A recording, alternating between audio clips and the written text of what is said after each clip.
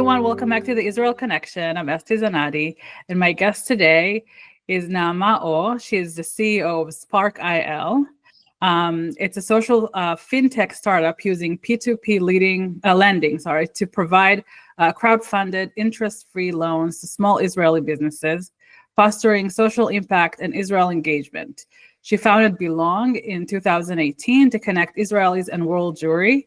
And in 2020 began an international community building initiative while consulting for nonprofits and government agencies.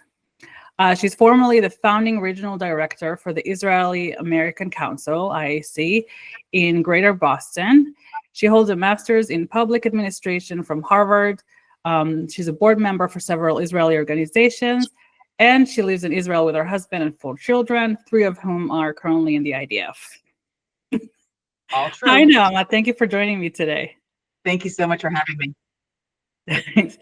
So for those of us who don't know what SparkIL is, what can you tell us about SparkIL, the impact it's done, what the purpose of SparkIL is, and how did you get into it? Oh, wow. So I'll start with giving a few words what it's about, and then I'll go back and saying how I got into this. SparkIL is actually quite new. We're here for 3 years, up and running. We support small Israeli businesses with interest-free loans, something that most don't do. And by helping these micro and small businesses with interest-free loans, we really support the ones that don't get credit in banks, but we support the ones that really have social value that we want to help. Either they do things in environment or they do things in education, but there are also lots of new immigrants, Haredi, Arabs, single parents, you name it, we are there to help them.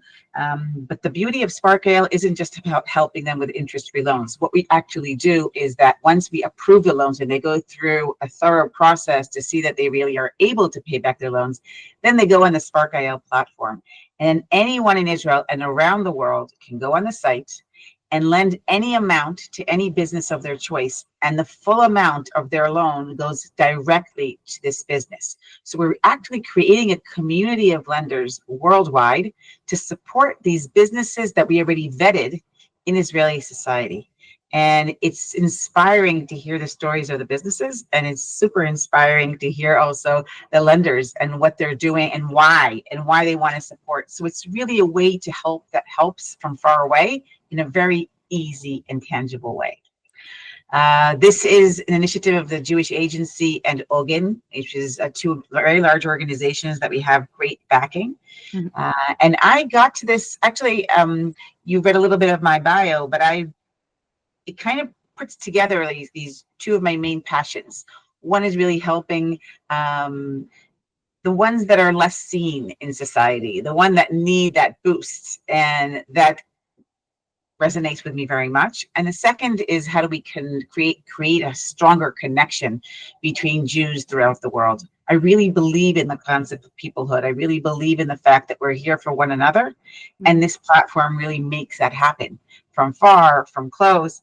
And we do many other things of educational things that we'll talk about it as we move forward, but that's kind of how. So when I learned about this and they approached me when they wanted to start this organization, I just felt that it was just the right fit for me in order to everything that all my passions kind of come together, and to start something new, which I always love doing. Everything in my career I started from scratch. So I assume that after October 7th, things have changed with the organization. Yes. I guess the type of businesses you help now, the type of people, business owners that you help.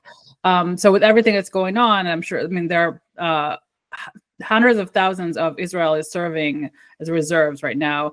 A lot of them are business owners, and I'm sure it's been very difficult. I know a lot of people lost their businesses. How do you help those people that are like hanging on by a strand, with their businesses right now?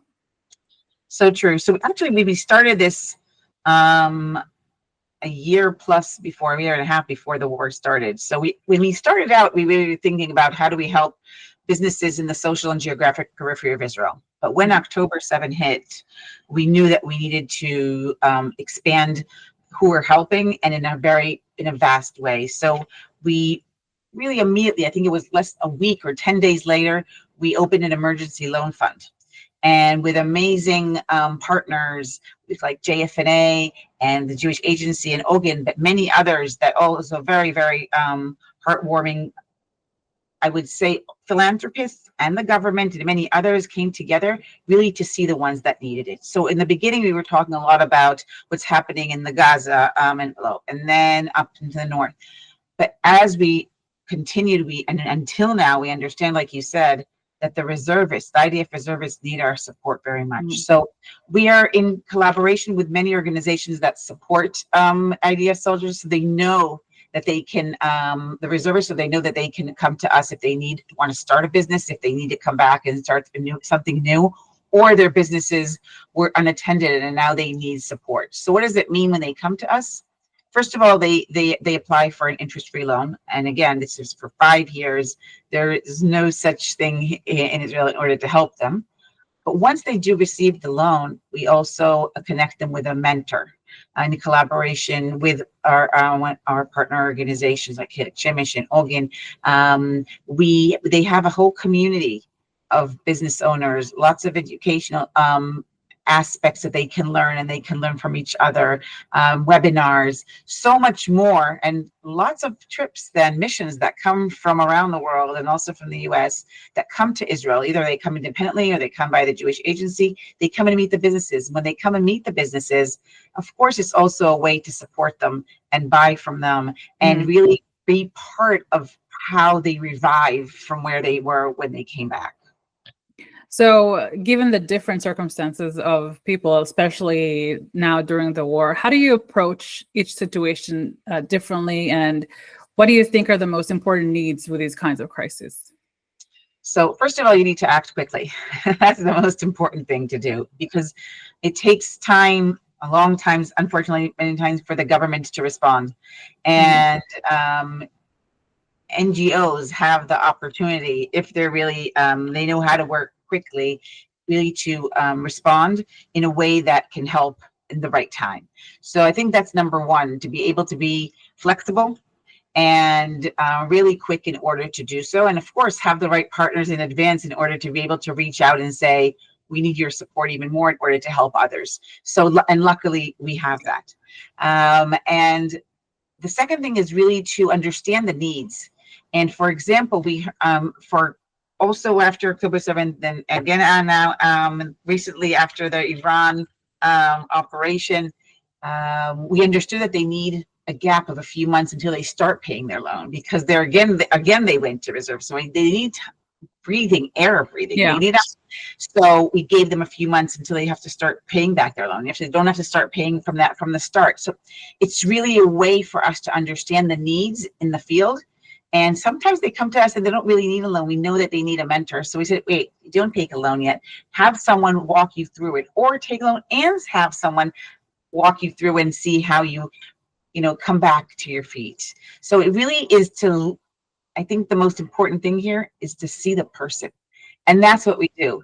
We're not a bank. Right. We have a license from the Israel Market Authority. We're licensed. Everything is fine, but we don't see people as numbers. We see people as people. So when we learn about the person, we hear their needs, we're able to kind of create them the right fit. And that's the beauty of what we do. I mean, it's not in super big numbers. We're in numbers that we gave over 580 loans, almost 40 million shekels. It's big numbers in a short time, but still it's so we see the people and then they feel it the same way. That's what's important to us. And it's very important, I think, to work directly with the people, to know that you're giving to a person that needs it and not a big organization, that you never know what they do with the money. Exactly. That's the beauty of the peer-to-peer lending, what you just mentioned, because it's not only that we know exactly who the right person, but when you put them on the platform, and you, wherever you are in the world, go on the platform and you can scroll and read their stories, see their pictures, learn about them, why they need the loan, who are they about. You can actually decide who you want to lend to. And that creates that connection. You get a repayment from them. You get updates, what's happening with them. You really can create, and of course, you can come and visit them. So we do that with anyone that comes on the platform.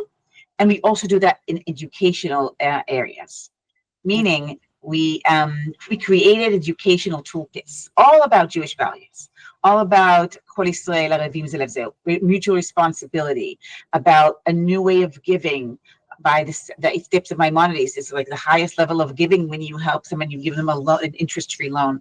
So we go and we work with schools, with synagogues, with Hillels, with different campus groups, in order to instill these values with tools to learn about Israeli society, learn about the people and the businesses. And at the end of each session of this, each child, each student gets a $36 gift card in order to be able to choose their business of their choice and create their connection.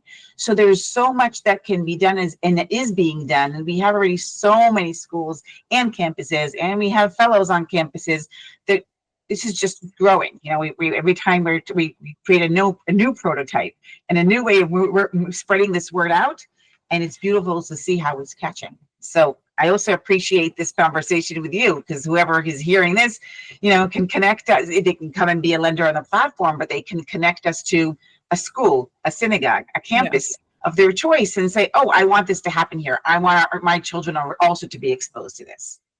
That's amazing. I think that's something my generation would have loved to have back in the day, but you know, we're a little too old for this now. But we're, you know, it's great to be at schools and talk to children who might have ideas for the future and what they want to do. That's great. So we mentioned earlier that 3 of your kids are serving in the IDF right now. I assume some reserve and some duty. Some active duty. And as a mom, I can imagine how hard it must be to have 3 of your kids in there. And are they in Gaza right now? Thank God. No, I had enough months of Gaza. I had enough months of Lebanon. I even had a few months of Syria, and now I have them as back. Oh, so wow. I would say super challenging. One is a reservist, one is a standing he's already company commander, and one just started the Army. But the 2 boys, the elder ones, they're in the paratroopers, parachuters unit. They were many from October 7th for many months, off, some like reserve off and on, and the other one is still. I can't even explain how challenging it was. And at the same time, I felt that I was lucky to have such a opportunity to spread light and spark in the world with Spark, because it just got them off my mind and the danger and what they're at. But I can't say that it didn't have a toll. I have to be frank. It's part of the thing. Living here, I love Israel and I love my country. I mean, I lived 12 years of my life outside of Israel, and some as a child and some with my husband and 4 kids. I'm super happy that we're back. But again, it has challenges. So, you know, you can't do it. But so my kids anyway would have come back. I just want to say, so I didn't want lone soldiers. So how did that experience impact the way you view the work that you do? Because I'm sure it changed things for you. It did. First of all, my kids, they spread Spark in their units for all the reservists that need help. So it was so funny. They became ambassadors and spreading the word as well. But it really enabled, in a very, very dark time, which I must say is not over. And we still have 48 hostages in Gaza, and the toll is so heavy. But the opportunity to be able to shed light in the world is rewarding. So even though there's the difficult times, and we have, unfortunately, very good friends, 2 pairs of very good friends that both of them lost their sons in Gaza. And it's super difficult to move on. But the fact that you have hope, and what we see in these businesses, in these business owners, is that they all have resilience and hope, because you have to have resilience in this country, especially if you have a small business. But the fact that they have so much hope that what they do will thrive, and they continue without, even though everything is, the challenges keep coming, is unbelievable. And I think the best way to understand how much hope they have and how much belief they have in themselves, so we want, and we help believe in themselves as well, is that even though we have already, like I said, for our 580 businesses, that they are all paying back their loan every month. So that is something that we didn't even predict. We had a feeling that, because many businesses in Israel closed, many businesses didn't actually thrive, but the fact that all of them are able to pay back their loan monthly, absolutely amazing. Yeah, that's incredible, especially during those times. So how do you maintain the sense of hope and motivation when, things got really tough like this, especially as a business owner? Listen, I don't think we have much choice. And because we're building a country, and we're continuing to build a country for our next generations. We all are in the Jewish world. We're not only here in Israel, but also the support that comes from around the world. And I must say that the core of support that has come in since October 7th is unbelievable and very heartwarming. So the fact that we know that we're in this together, and we have really a kind of a family, of a mishpacha around the world that cares for this, it brings us and me a lot of hope, and that we know that we have to continue doing this work. We have to continue bringing a light, even though there's so much darkness, because otherwise what will we leave for our children? This is a country that is super, super, super important to us. So this is, so much has been shed in order for this country to thrive and to be. Our duty is to continue that. So that's what brings me hope. Yeah. So beyond that financial support that SparkIL offers, how do you help those business owners emotionally or mentally navigate the stress of juggling their, service, or being taken away from their homes, and all these things, and plus the responsibilities of being a business owner in this, such environment? So I'll say there are a few ways. First of all, we collaborate with many, many other organizations. So some of them come to us after they're going through different processes that they need emotional support, and they know in their organization that we can help them also in a certain financial way. Some of them within our community of borrowers, of our business owners, they receive different, even on Monday, we're coming together with 200 business owners, with Ogin, part of this community of borrowers, in order to continue that support and being there for them, to meet each other and to kind of give them also a little bit of a refreshing time. But we also have the opportunity to give them mentors, either they're professional ones to thrive their business, or that they need different kind of support. So like I said, each one of them at a different time needs something different. So we offer them various opportunities for different kind of support. Not alone. Someone can say, I don't need something now, but when we call them again in 3 months and we reach out, they said, okay, now I feel that this is something that I need. Can you connect me? Can you do it? And that's what we do. So it's being in contact with them all the time. It's like an ongoing relationship, and being sure that we can help as much as we can from our end. So what is like one or two success stories that you're particularly proud of that you guys managed to help someone? There's so many. I'll give you one example from the north and one example from the south. Okay. So I'll give you an example of a cafe in Sderot. And she had actually 2 cafes, and she was in the kibbutz, the business owner.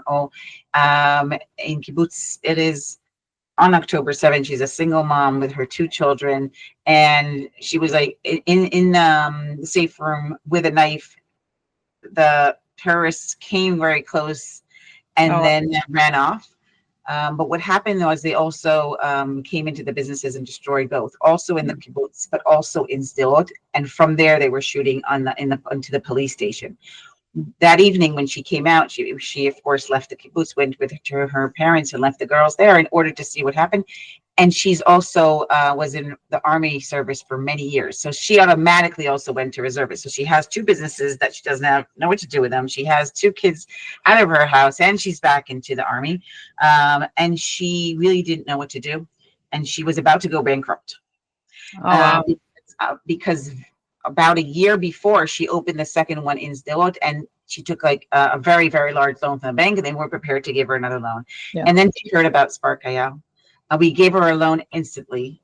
We saw a potential in what she did before, and she just needed a little bit of air. And we knew that she was in the IDF, and that's when she says it. That's what saved her. She knew that she could just pay her employees. She knew that she could pay back the rent in order for her to be able to see, okay, I'll overcome, but I need that someone saw me. And she was, and she's doing wonderfully. I mean, she's unbelievable. I bring a lot of groups to her cafes in order for her to continue to thrive. And she's really a remarkable woman. The second story is about a farmer up in the north, and he's also an IDF reservist. And he grows olives, and he has been in reserve for almost 500 days already. Oh, And wow. He lost his wife 2 years before the war, so he also is by himself, and with two grown children. That one of them also went to the reserve, so there was no one to take care of everything that was happening with the olive trees. But when he came back between, I would say, he's now going back again into Gaza, but in between, he understood that he has to revive his business. So he asked for a loan. We went through everything, and we again saw the potential. We saw what happened, what was there before, and he received a loan. And it's unbelievable to see how much resilience and how much strength he has, and the business is doing so well, and it's beautiful to see. So it's, for us, it's inspiring to see these people, and how, like I said, how much belief they have in themselves. So anyone around the world, where they go on the site, can say, okay, these businesses were vetted. These stories are super special. Now let's see who we want to connect to. We have lenders that are have supported multiple businesses. Some say to me, it's like, just to read these stories is so inspiring. Okay, I didn't even say, give $36. That's the minimum. Almost anyone can give $36, and you can give up to any amount that you want. So if you want to give $100 to one and $36 to another and $200, you can, and you can become part of their success story. Is that the shame? So how do you connect the Jewish community in the diaspora to those businesses, or to the Jewish community in Israel? So there are different elements of how we do it. So I started saying before, first of all, we work with federations, and that they can bring it to their communities in different ways. Some of them raise funds, and then they have an allocation committee that is multi-generation, and then they decide who they want to allocate, which businesses they want to do. Some of them allocate the money and then bring it back to the schools or to JCCs or to synagogues in order to do so. And what the programs that we help run is that we come to a school, we talk to either the principal or teachers, and we do some kind of a session with the teachers. And there are different ways in order to implement it in the schools. Some did something towards October 7th, Memorial Day, and doing it also this year. Some do things around Thanksgiving, around Hanukkah, around Yom Ma'ut. Some do it around Parashat Shekalim, when they talk about Machatzit Shekel and what it means to have interest-free loans. So there are different ways in order to do so around the year, and they also bring it with content and with values. So there are different ways to do it like that. Like I said, we do Bnei Mitzvah projects. So they're beautiful to see how synagogues and private people come to us and say, oh, we want to raise funds. Our kids want to raise funds in order to choose a business at the end and support them, or bring their friends to do so. Or that we say, okay, this is amazing. We had this quite a few times already, to bring a gift card for every participant in the bar mitzvah, bat mitzvah, for them to support a business in Israel. So there are different ways. And the last thing I'll say is, it's important also to have these fellows. So we have fellows in campuses, and they then recruit their friends. But they also have an agenda about talking about Israel in a different kind of way. It's all about the people. It's not nothing political. It's nothing about. There's no government involved. Nothing Yeah. about it. It's about helping and seeing the people, and that's why we really is peer-to-peer lending. It's who from one side wants to help another, and in Israel we're working with Israeli companies that want their employees to be part of it. We're working with schools, so there's multiple ways to connect and really bring those lenders to learn about these borrowers. That's amazing. So in your view, how has the landscape for business owners shifted, particularly for those, impacted by the war directly or in military service in Israel right now? How is it impacted? Listen, it's very difficult. We hear it all the time. First of all, I have to remember the ones that in the IDF, they come and go, some of them for months and months, and their business and their spouses are trying to, be the both parents at home and to keep the business. And most times they have their, a job of their own. So of course these businesses are affected. Because this war has also been going on so long. Yeah. And what we see is the need for bridging loans. We see the need for, sometimes when they come back, they need new equipment. They need to revive the business in a certain way. They need capital. Each one has their own need.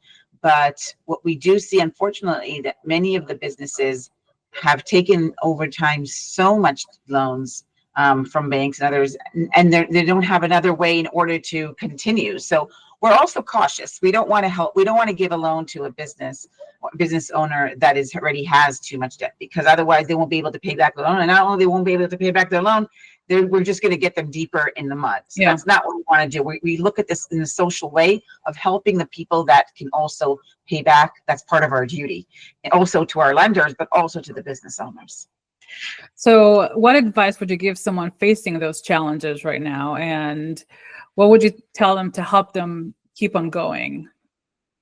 I think that the best thing for them to do is find the right advice, and be careful with that as well, because there's so many people that give advice for a lot of money and not necessarily that's the right way to go. But there really are quite a few organizations in Israel that are helping with mentors, and it can be from there's a whole area from the government that doesn't cost a lot of money, and there are NGOs that are doing that, which is with very, very, very low cost. Seek someone to talk to that can understand how to run a business, because when we partner with Keren Shemesh, for example, within Ogun, they have 1,200 mentors from very high level professionals in the industry.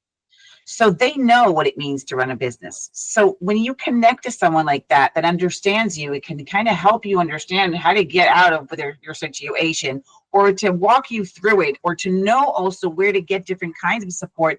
That's number one. Understand, first of all, where you are. Some of them, I think, what's important to say, and what we saw, is you have to be very creative. And luckily, that's like I would say an Israeli characteristic.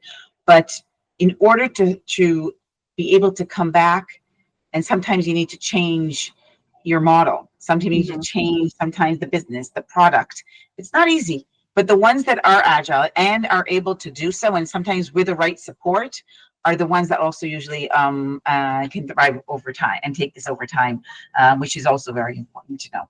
Yeah, I guess in those circumstances, you have to keep an open mind and see where you can maybe change things to make things a little bit better. Right. Even though you planned X, you might now need to do Y, because circumstances have changed. Yeah, that's true. So on a lighter and more personal note, when you do get a chance to unwind from all the work that you do and all the pressure, in life with your sons and everything, what is your go-to to relax or recharge? Oh, wow. First of all, I love playing board games. So when I do. So it's so funny. I can call 11 o'clock and say, who's available now to play a board game? So we can just, open a board game downstairs on the coffee table. I love doing puzzles. That's kind of meditative in a way. I like very large puzzles. So it's like always waiting there for me when I need like some time. And I love the sea and hiking. Nature, it really fills me. Yeah. And of course, I don't love doing sports, but I do that as well because it's also needed, but it also energizes back. So that's kind of, being with my husband and my kids. What do you need more? And now you really understanding what is precious and what's important. And when they come home, it's just sitting with them and listening and, spending precious time. Yeah. That's true. Sometimes we don't You need appreciate that. it enough. Yes. But I feel like Yes. the soul needs that, to spend that time So with those much, people that totally, mean so much. totally. And because we understand how not to take it for granted, Hmm. it's even more so. It's Do you, yeah. Do you feel like that throughout your years in that field and working as with nonprofits and helping people, do you feel like you made a big impact? And do you see yourself continuing in the work with this company or a different company in the future? I would say the answer is yes, yes, and yes. I don't know. I mean, I want to hope and say that I made and then continue making a big impact, but that's might be subjective. Yeah. I do feel that I am able and I create change wherever I am, which is something that's important to me. And really seeing far and planting seeds, because almost everything I did in life, every position I did, I started something from scratch with a vision and bringing it to life and being there for a few years.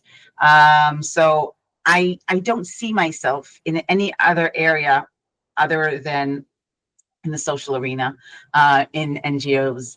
It's just what gives me the spark to wake up every morning and to know that I can do good.